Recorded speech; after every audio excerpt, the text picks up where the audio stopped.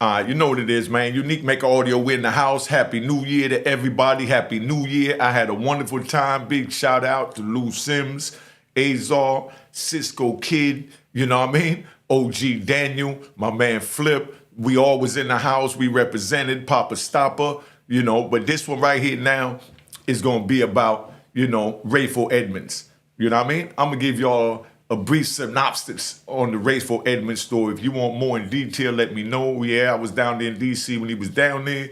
And, when he got locked up, my joint took off because, all the customers went everywhere.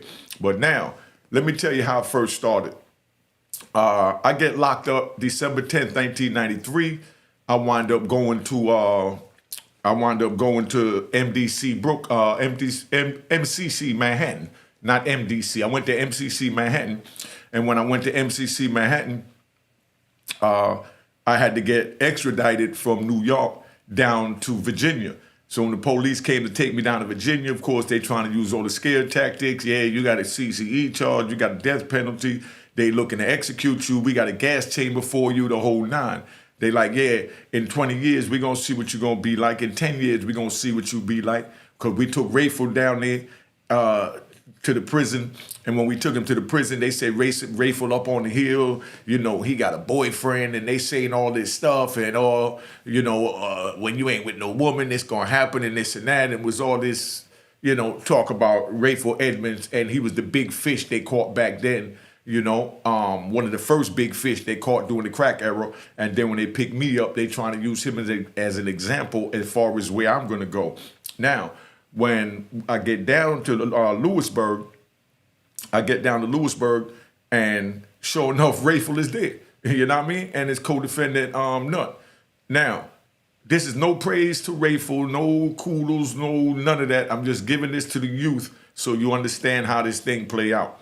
Now, Rayful Edmonds went to trial down in D.C., and he was the first one to have the jury bulletproof. They had the jury in a bulletproof bubble, you know what I mean? To make sure that nobody couldn't kill him because it was a big high-profile case, and, it was just crazy. So now I get down to Lewisburg, and he's in Lewisburg. So when I see him, he's a little, little heavier than I last seen him. So he's a little chunky dude now, you know what I mean? But now he running around and he's always smiling, always had good spirits and all of that. And he's always leaned up and he's always thinking. You know what I mean? He was a thinking man. He was always thinking. You can see him thinking, and then when you look at him, he'll give you a big, warm, welcoming smile. You understand what I'm saying? So now I'm in Lewisburg with him, and his co-defendant is there. Nut. Big shout out to Nut. Now I give all praise to Nut. Nut's official 100. Now I say that because Rayful told, so everything he did before that got wiped out. When you tell, everything get wiped out. So you youngins hear this. You out here busting your gun, carrying on, running wild, doing what you got to do, or you feel you got to do. And then now you get caught and then you tell. All those praises and all the hoopla and all that you got doing, your heyday on the street and you doing you, it all gets wiped out. Now, so Nut still got his because he kept it 100. At this time, Rayful still had his because he went to trial. Remember that. He went to trial, he stood up, he faced the government, he faced what was going on. So he still had a name and he was still the man and he was still praised and respected amongst the men, right? This is back in 1994. When I get to Lewisburg. So him and Nut is there, and so everybody's talking and all that. So I didn't even say nothing. I just pushed back and I just watched and let him do him. And he was always on the phone, and he was always going to visit. And they were saying that he had a transvestite coming to see him and all that. I don't know how true that is. I didn't see it, but they said that he had a transvestite coming to see him that was supposed to be his partner on the street that looked out for him or whatever. But I never seen it, He showed me some pictures one day, with a bunch of girls and some from when he was on the street. And he had a real big kind of brown skin, dark skin, young lady with like a short Holly Berry bob haircut. And, maybe that was a tranny. I don't know. No disrespect when I say tranny or whatever to the LGBTQ. Just letting you know I'm just using the terminology that we use in jail because this is for educational purposes. So now, man, hit that like button.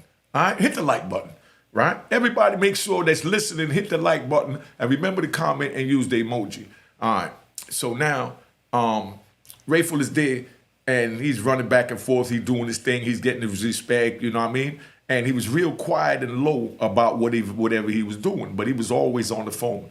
So now, while he always on the phone, he was talking to Gazelle Blanca's son. You know, that's the one they called the Queen of Cocaine. Her son was there in Lewisburg. Had a little 5 years. He got deported back to Colombia. When we got to Colombia, he hooked up with Rayful from in the prison, and he started sending cocaine up to Washington, D.C. to Rayful's cohorts. And, you know, they was doing what they got to do. Now, you know, Rayful making his moves, and like I said, he's well respected in the jail at this time. Now, and at this time, he was straight man 100%, because like I said, he went to trial. He didn't tell. He did what he had to do.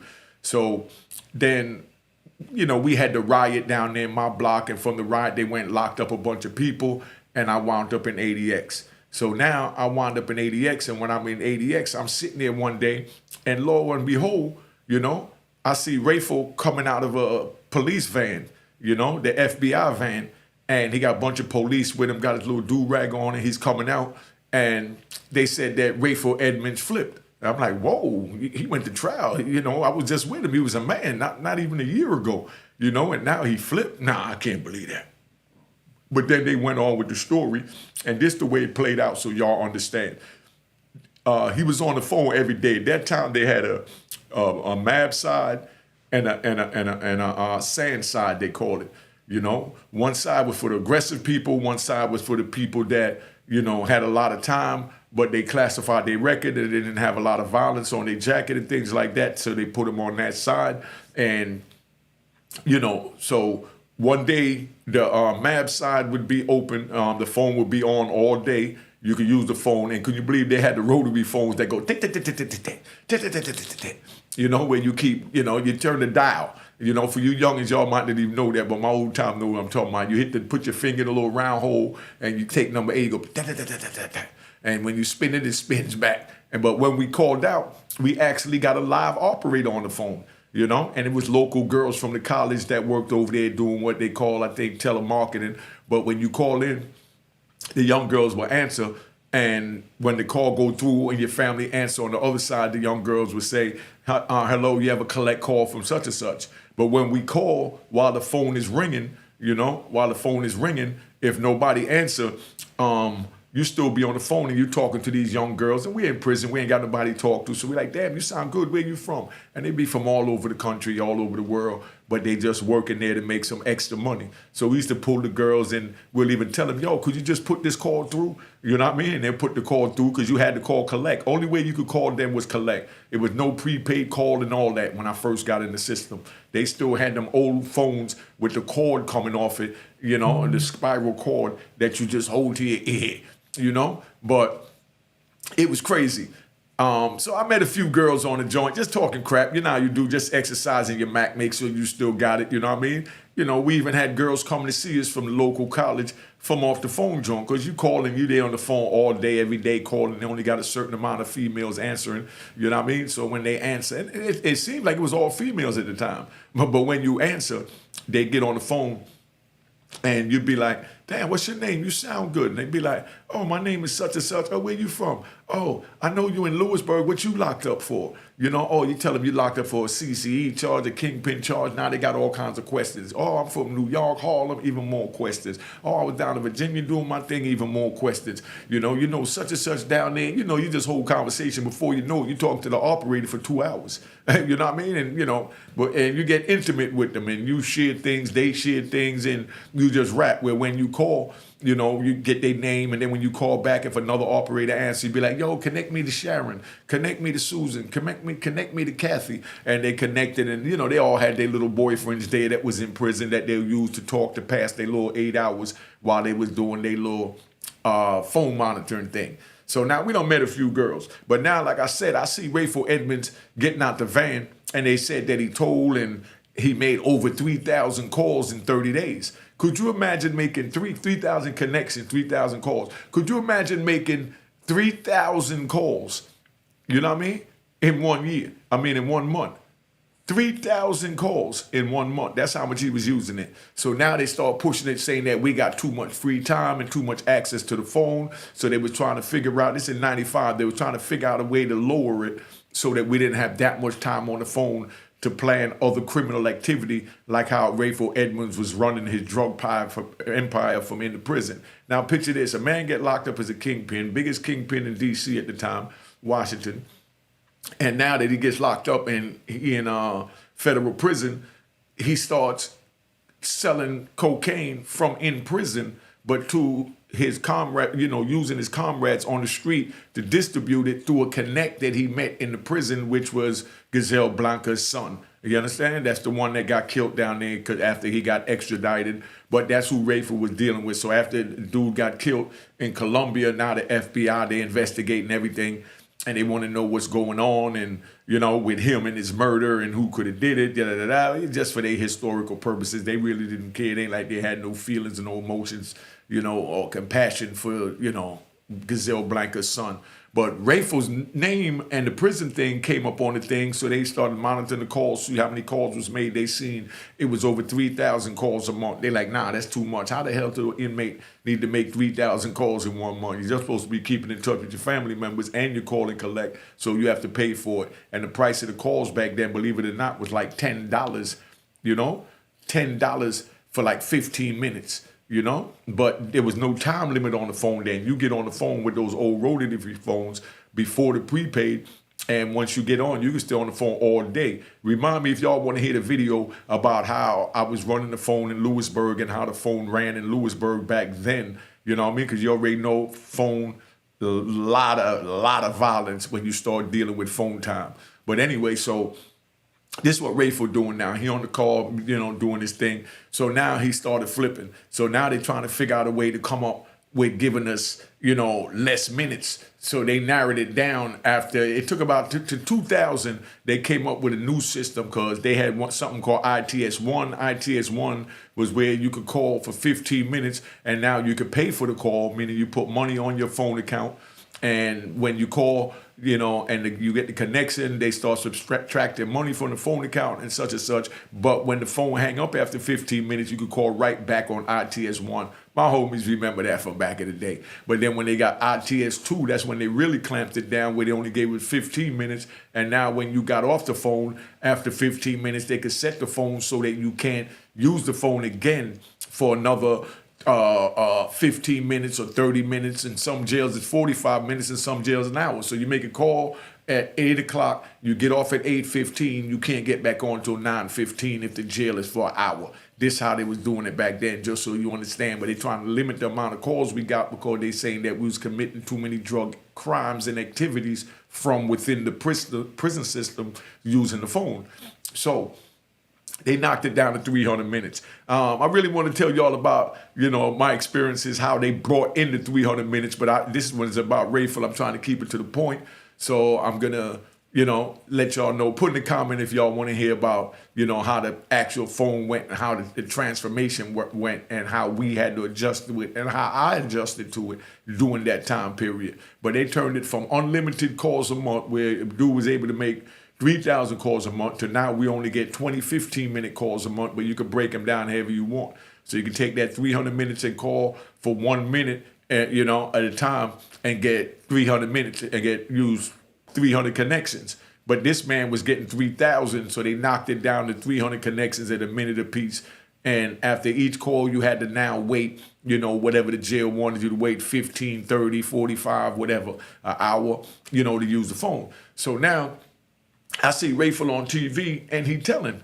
So I'm talking to the other brothers up there in ADX and we like, oh man, can't believe he went to the other side. That's what we call it. He went to the other side.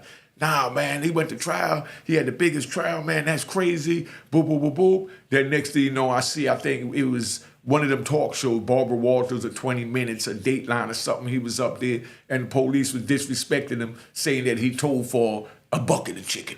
You know what I mean? They said this man told because he wanted bucket of chicken. They said, what we got to do to get you to talk? What do we have to do to get you to talk and tell us the information we want to know about how you was running this drug empire from in the phone with Gazelle Blanca's son? And he said, man, get me a bucket of Kentucky Fried Chicken. You know what I mean? That's how long. He only been locked about 5-7 years at the time. But picture that now. The man said, man, just get me a bucket of fried chicken and I'm going to tell on all my friends for a bucket of fried chicken. So you youngins watching this, that's how easy it is. Imagine a man telling on you for a Kentucky Fried Chicken. you know? So, that was the joke with the police. They put it out there, let everybody know that this man told because he said he wanted to eat some fried chicken. Chicken is something else. If you want to hear about how important and how powerful chicken is in the prison and violent it can get when they serve fried chicken in the prison, put that in the comments. I'll give you that too. I want to stay online. Hit that like button, man. Hit that like button and hit that Cash App. Let's get this thing going. Like I said, I don't care if it's $1.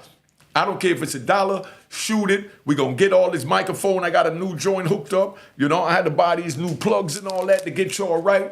You know what I mean? That's why the volume is good now. The other day, the volume was bad, so I had to get some new plugs and all that I hooked up that I can't show you because it's hooked up to the joint. But hit that Cash App and show some love the same way you go to a restaurant and you get them 15% tip of whatever it is. Same way you go to the bar, you give a tip at the bar. You at YouTube, you like the content, you send a dude $1. You know what I mean? Or whatever you could stand. But even if it's $1, don't think that $1 is not enough. But then now, so Raful Edmonds is there, and we couldn't believe this, that he told for a bucket of chicken.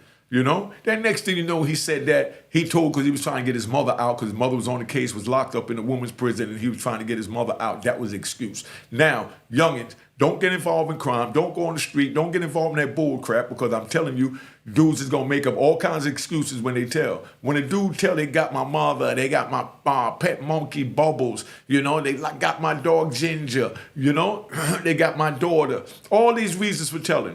But all this could happen if you run the streets. You put yourself in that line of fire for your family members to be targeted by the administration, and you put yourself in a line of fire to be targeted by the wolves.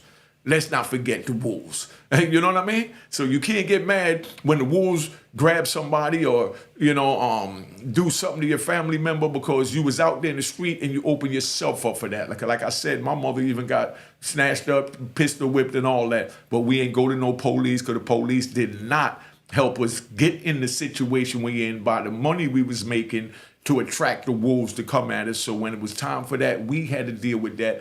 We couldn't go to the police and say, hey, my mother got kidnapped. I had to do this. We don't do that. You know what I mean? No disrespect. But I'm just saying that so the youngins understand that's how serious this game is, And, whatever it is, man, I'm telling you, don't get involved. It's not worth it, So now, Rayful to say that he told because his mother this and his mother that, And it was like crazy because I couldn't believe that this man told because I was just with the man and he looked like he was, he had lawyers on the case, fighting his case and he doing what he got to do. But I guess the new case, coming down on his head is what really messed him up to make him think, damn, man, I got to try and save myself. Now, he's supposed to be coming out in another 2 years, just so you know, because they said that he cooperated. The crazy thing is the prosecutor's on his side to get out, When I was fighting to get out, the prosecutor was against me the whole time. They mentioned, a 14-year-old girl got hit by a stray bullet. There was 2 murders.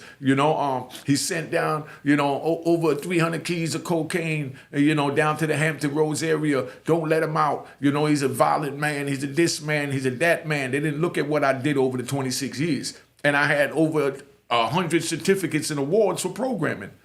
But they didn't care about none of that. You know what I mean? All they cared about is what I did 26 years ago. That's why I respect my judge. I'm going to give a big shout out to my judge, Raymond A. Jackson, down there in Norfolk, Virginia. If y'all was in Virginia, I'm sure some of y'all know dealt with Raymond A. Jackson. But he was the first black judge they had down in Virginia. They brought him up. They brought him up to be a federal judge because he was in the civil level, I think, or prosecutor or something. But they brought him up because my man, Gene Oscar, big shout out to Gene Oscar. He testified at my trial on my behalf. See, so you understand. Now, when a person take the stand for the government, he's a rat. You understand? But a person could take the stand to try and help their comrade beat the government. You understand what I'm saying? And yes, they both took the stand, but one took the stand to help, his comrade that's in the life of crime because we help each other even though we might not agree or like the crime choices that we chose to make. But when you get on the stand for the government, now you label it as a rat. But my man, Gene Oscar, he got on the stand on my behalf, explaining to him how everybody, was jumping on people's cases just to get a time cut. Like dudes in the cell and they talk in the unit, they talk to people and they ask them, yo, what you locked up for? Such and such. Oh, you remember this one? Yeah, man, such and such was buying about 10 keys. Yeah, he was buying 5 keys for me. You know what I mean? Oh, yeah. So then now he goes, the person listening, the informant, he called the prosecutor and he said, hey, I got word Unique told me he sold 5 keys to Whoop the Whoop. And you know what I mean? Big shout out to California with the Whoop the Whoop. Be like, yo, he sold 5 keys to Whoop the Whoop, bop, bop, bop, bop. So then now they say, okay, come now, we're going to debrief you. They bring him down and he tell how he heard it, what I said. And they say, nah, that's not salacious enough. You got to say that he sold 20 keys and you got to say that he had a pistol with him every time, to make it more dramatic for the jury. So they writing a movie script using your comrade that was in the belly of the beast with you. Could you imagine this? Yeah, this is how this play out. So don't say I didn't tell you. So youngins, don't get involved in crime. Hit that like button, hit that Cash App. I don't care if it's $1. Let's get this thing rolling. I need to get some more equipment. I got to build another studio. Like my man, Reverend Ike. Don't forget Reverend Ike. For you old timers that's from up north, you know what I mean? You ask your parents and grandparents about Reverend Ike. You know what I mean? They made sure Reverend Ike had everything to make sure the church was running the same way. I need to make sure y'all help me get everything running so I can get these Rodecaster mic, Rodecaster Mixmaster machine and the Lumax Panasonic camera and, my upgrades and do what I got to do to give you the best quality. Look how good that look. Now, this story here is about, what I'm wearing. This is my merchandise. They shut the F up movement. So if you know somebody that's on the street, you give them one of these shirts and tell them if you want to remain on the street, know that you have the right to remain silent. When you get caught, you need to just shut the F up. You know what I mean? But not promoting, no, don't snitching, none of that. It's just promoting that you have under the Fifth Amendment the right to remain silent. That's all it is. That's the first thing they tell you when you get locked up. First thing out their mouth when you get locked up, it's in the Miranda rights. They say you have the right to remain silent. But then right there, that's when, and they tell you anything you say can and will be used against you in the court of law. Then they say, what happened? We're going to help you. Now you hear help and you feel that's a life raft. And then now you start, oh, I was selling 30 keys, sending it down. This one was driving it down. That one was that. This person got shot. That person got shot. You know what I mean? Now they want a deal. And then now they tell you, okay, you're looking at life sentence.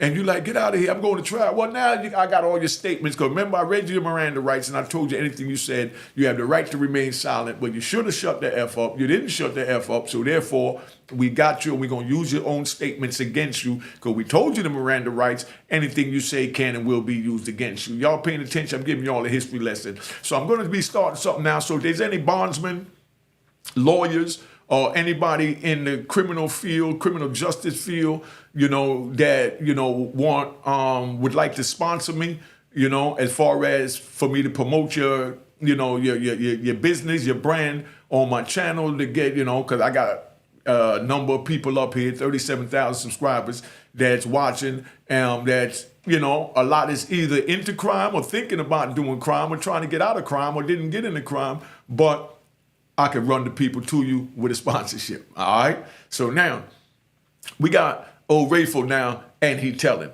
But let me get back to my man, Gene Oscar. Gene Oscar gets on the joint, and I did a video where I had a phone call with him. I'm going to do another one that's going to get more in detail. But he testified on my behalf explaining how they have case jumpers. A case jumper is a dude that jump from one case to the other and go testify at everybody's trial. So that every time he testifies somebody, the government take 2 years off his sentence, 3 years, and it depends how much, how big the person is they told on to let them know what they get. But now, I couldn't believe it, and nobody couldn't believe it that Rayful Edmonds flipped. This man had the first trial that they had a bulletproof, bubble around the jury because they was, feared for their life. But anyway, back to Raymond Jackson.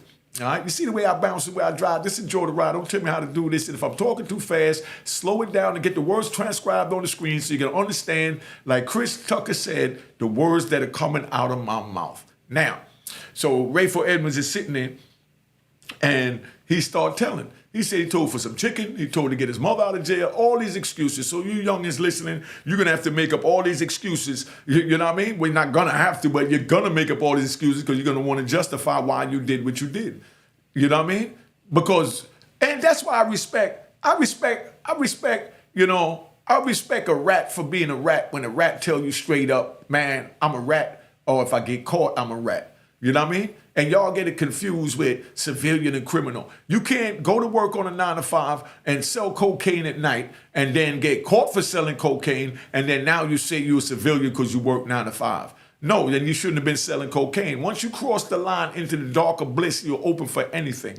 You know what I mean? Back in the day, the way the wolves work, when the wolves ran up on you back in the day and they come up in the spot, it's like they coming up in there to take what you have, because what you have, you're selling illegal, and everything you're doing is illegal, and you can't go to the police. So you can't go to the police and say, Whip the Smith then came in here and robbed my coke spot and took $20,000, and a key of cocaine. You know what I mean? So that's why, we was prime real estate, for the wolves. You know what I mean? Big shout out to the wolves. You know what I mean? So, and yeah, I said, nah, man. Like I said, I'm in my zone, man. I'm just enjoying it. So if you want to enjoy the ride, this is like I'm sitting down right in front of you and I'm talking to you and I'm sharing with you these jewels and gems in history of what went on during the crack era.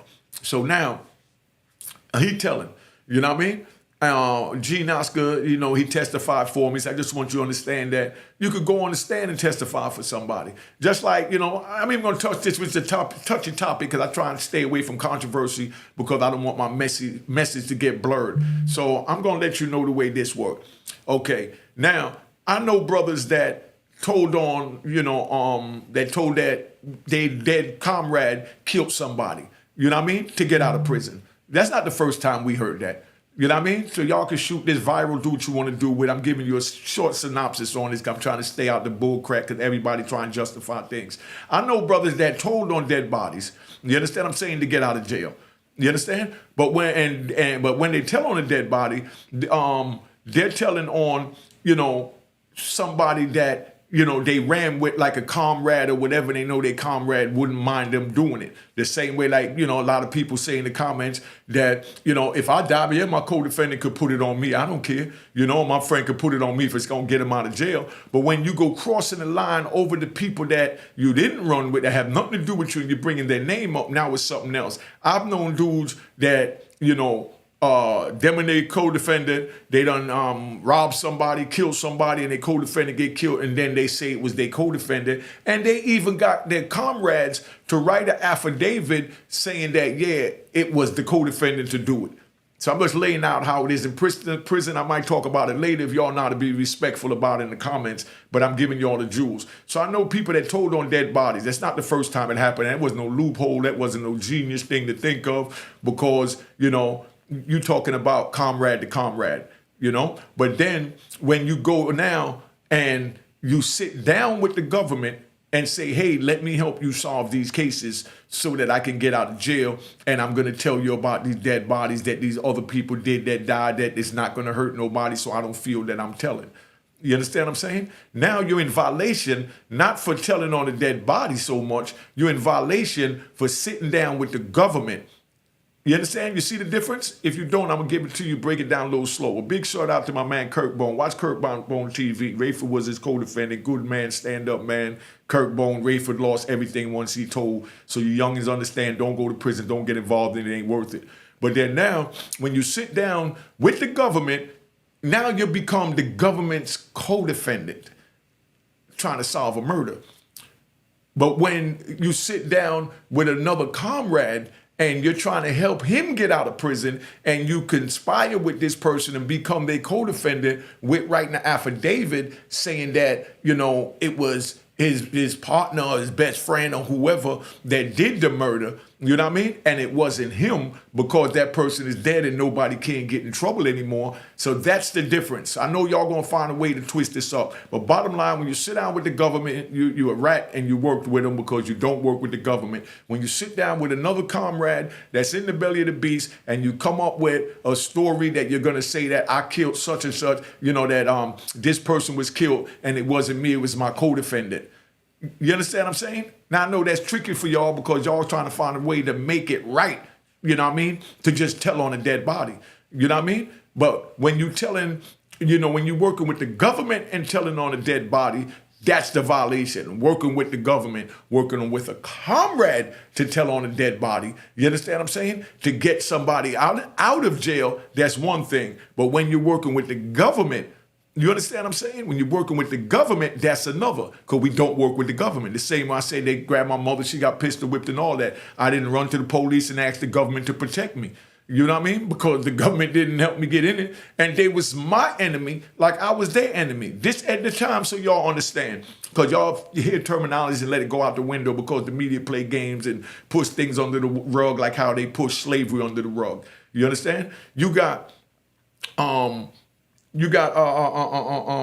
almost lost my train of thought. You know what I mean? They try and push it under the rug. By them pushing it under the rug, they try and make you forget. So they try and make you forget that you're sitting there and it's a war on drugs. That's the time I got locked up on. Put in war on drugs. That was really a war on the American citizens. Anybody on American soil that was selling drugs, it was a war against them. A war like they have the war in Ukraine. You understand what I'm saying? It was a war on drugs. So when we got caught, we became prisoners of war from the war on drugs. So we are POWs. Those are the inmates that's in prison. Well, the convicts that's in prison. You know what I mean? Because I don't call the stand-up men inmates. The inmates is the ones that succumb to the administration. And I'm not telling nobody, don't succumb to the administration. I'm telling you that I'm not going to tell it. I didn't submit to the administration. You know what I mean? Because those are the rules when you run the street. So youngins, don't get involved in the street. Don't say I didn't tell you the rules. Look at this. I'm on YouTube after 26 years in federal prison, went to trial, fought the government, and now I'm out here and I'm giving you the rules that y'all say wasn't given to y'all because majority of us was locked in the federal prison that was raised under that cloth. Big shout out to Homicide Lou, Gangster Lou, you understand what I'm saying? Cisco Kid, you know, Larry Moe, you know, Bonaparte, you know, ER, you know, Antone White, you know what I mean? Rest in peace, Minx that lost his life in the federal prison. That's Mario from DC. But these are all stand-up men that played by the rules. Y'all never got these rules. I'm sitting here on YouTube giving y'all the rules. I'm giving y'all a history lesson. So for that, I can't get a Cash App? For that, I can't get a Cash App of $1?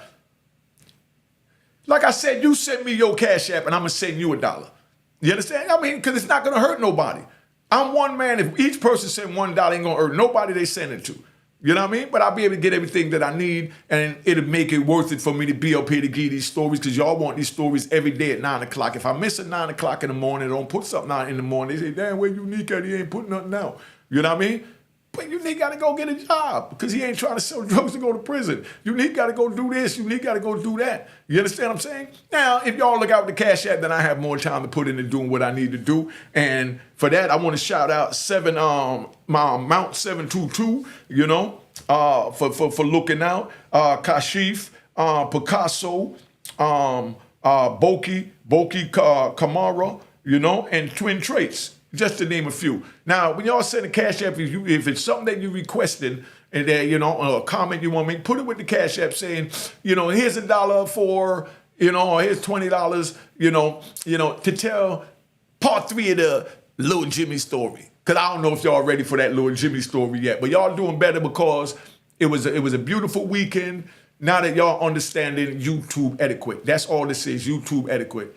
You know what I mean? So the same way I'm teaching you about the prison, the hood, the morals, the principles, the codes, now I'm teaching you about YouTube etiquette. This goes to all the other podcasters that's out there. Make sure you support them. If you like what they're doing, the first thing you do is you hit a thumbs up. That don't cost you anything. Hit a thumbs up to your favorite podcaster as soon as you go on their video because you came there to watch their content. And if you like it, then you put a comment. I'm actually just put a little emoji in my joint, whether it's a little arm that's like that, the diamond or the fire, you know what I mean? And shoot it in. You can put a couple of words behind it, big shout out, king, salute, or whatever, so it could go in the algorithm. That's how you help so that I don't have to keep pushing the issue of a Cash App because they're not paying you that much on YouTube. But you get in the algorithm, you get more views, you get more showcase to other people, and you get your money. You know what I mean? So, and I know y'all don't think I'm, up here and spending all my money doing this. You understand what I'm saying?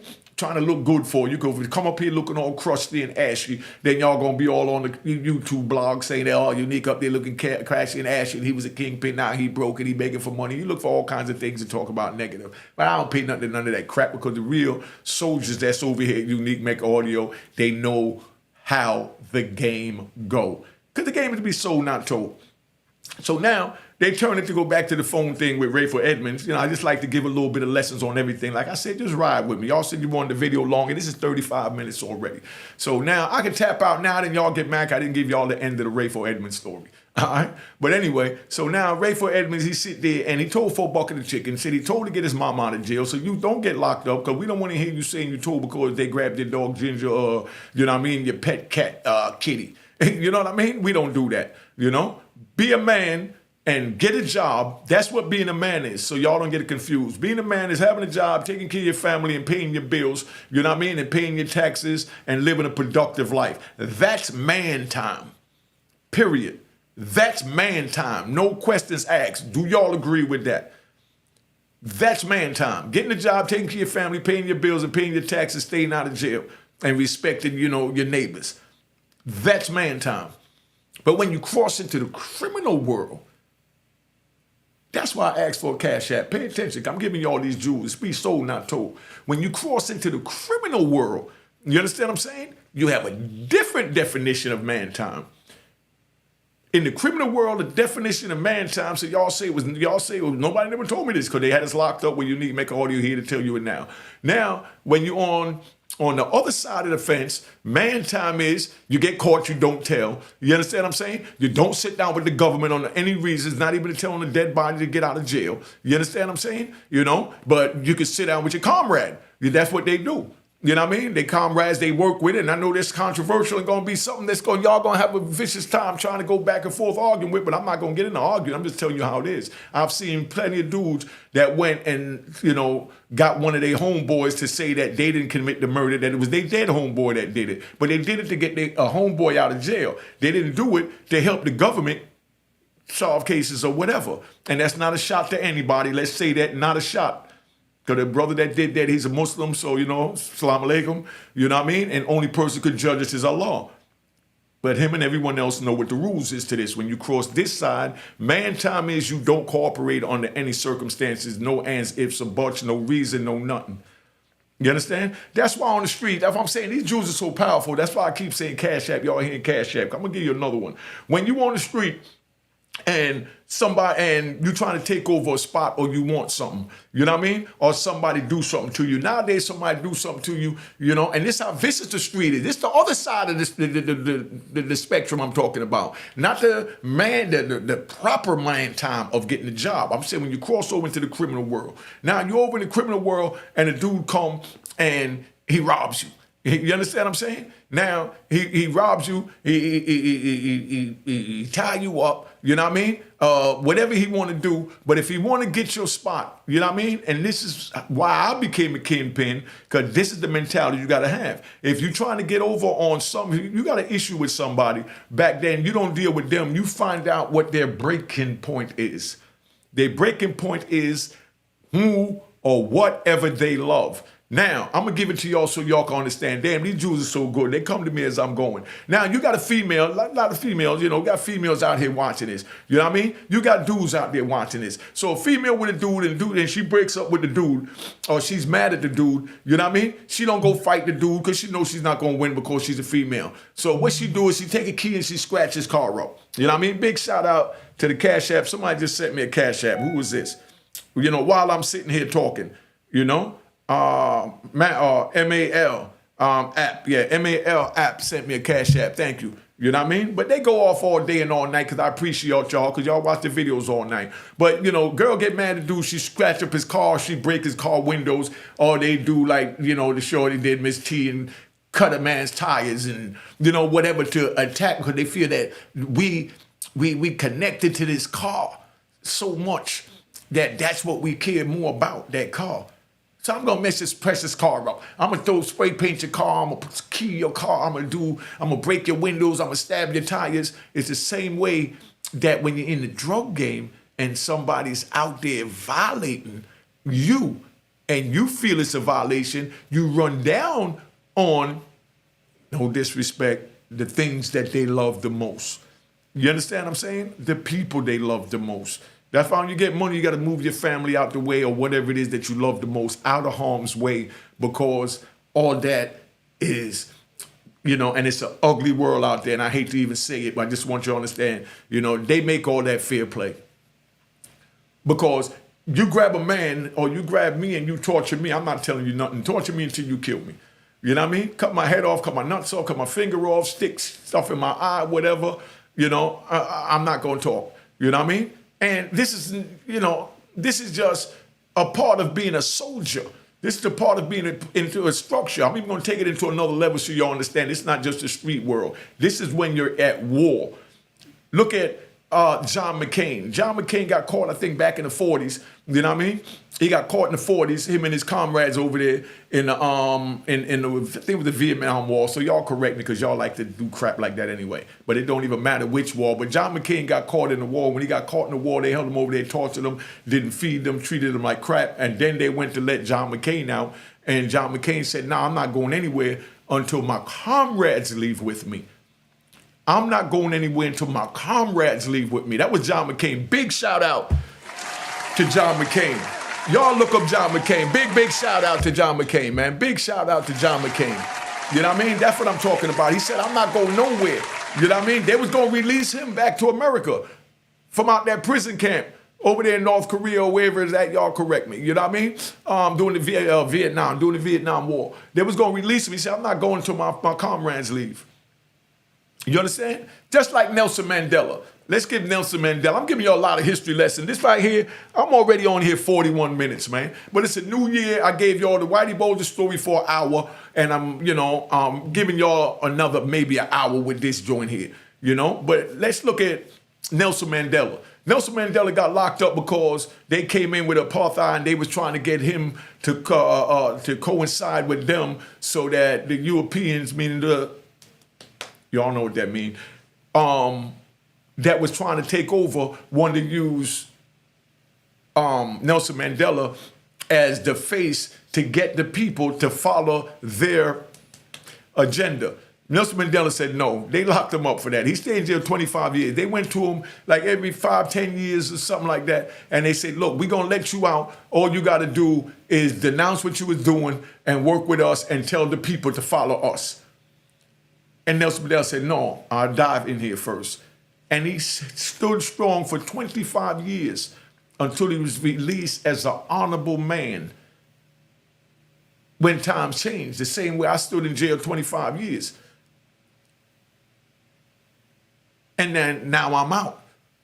You understand what I'm saying? And I didn't tell. I could have told. I could have did a whole lot of things to try and get out. You know what I mean? But none of that crossed my mind because I'm on this side of the fence. So I'm telling y'all, don't go on that side of the fence so you don't have to worry about it. So don't say I didn't tell you. Don't go on that side of the fence because these rules are crazy. They could grab your pet monkey Bubbles, you know what I mean? Your pretty cat Sweepy, you know what I mean? And tell you that we're going to do this and that, But you put yourself in that situation when you cross that line. I put myself in that situation. That's why I said that's how my mother got in that situation. I couldn't run to nobody. So don't say that, I'm telling nobody to do nothing. I'm just letting you know when you go on that side, man time is not telling under any circumstances and holding it down. You know what I mean? Holding your comrades down, not dealing with the government, not have nothing to do with the government. You know what I mean? And we need the government. They steal your car, and you got insurance, you want to report your car stolen. You understand what I'm saying? There's nothing wrong with that if you're paying insurance. You're paying insurance, that means you cooperating and, working with the government by paying your insurance and paying your taxes on it. When I was on the street, I didn't pay taxes for anything.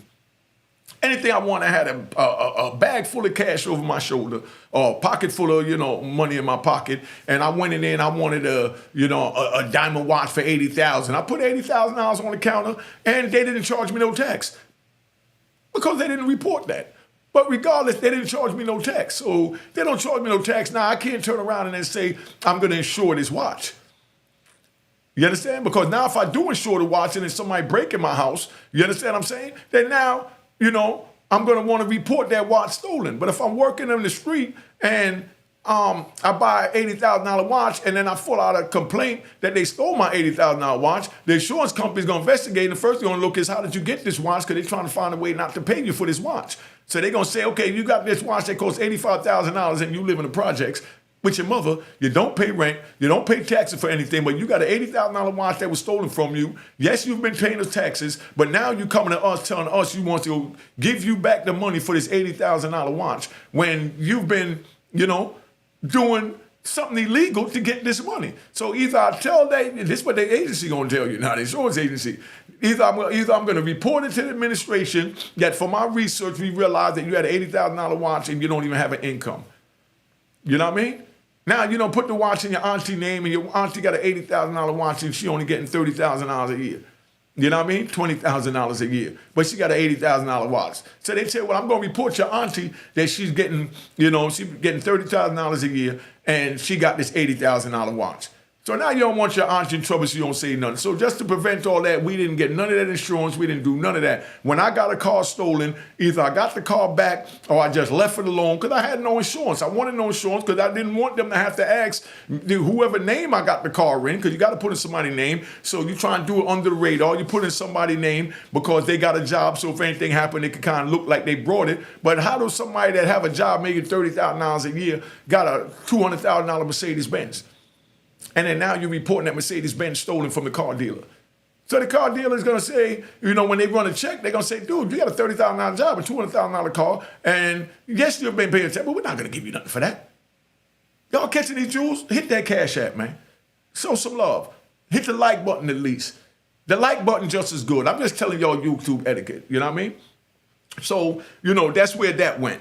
So now everything just play out so crazy that nobody understand that you got to play by the rules.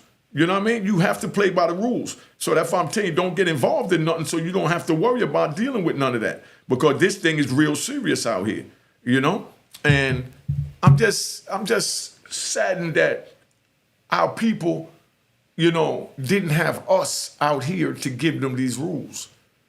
That's why I'm taking my time to give it to you. But bottom line, Raful Edmonds told, got the phone minutes knocked down to 300 minutes a month. So now you can only call for 15 minutes at a time. So that's 20 phone calls for the month. So if you talk for 15 minutes a day, there's 30 days in a month. You're going to have 10 days where you ain't got no phone. Then we go buy a pack number from somebody, meaning somebody that that don't use their phone. You pay them, and we normally pay them in currency. I'll tell you all about that too if you want to. Put in the Cash App when you hear these things I'm talking about, if they kind of intrigue you, and put it in the comments for me to speak on it. But, that's what happened with that, man. I've been on here 47 minutes already. I don't want to stay up here too much longer. I just want to tap in, tell y'all Happy New Year, man. Let y'all know you highly respected. And, it is what it is, man. All right.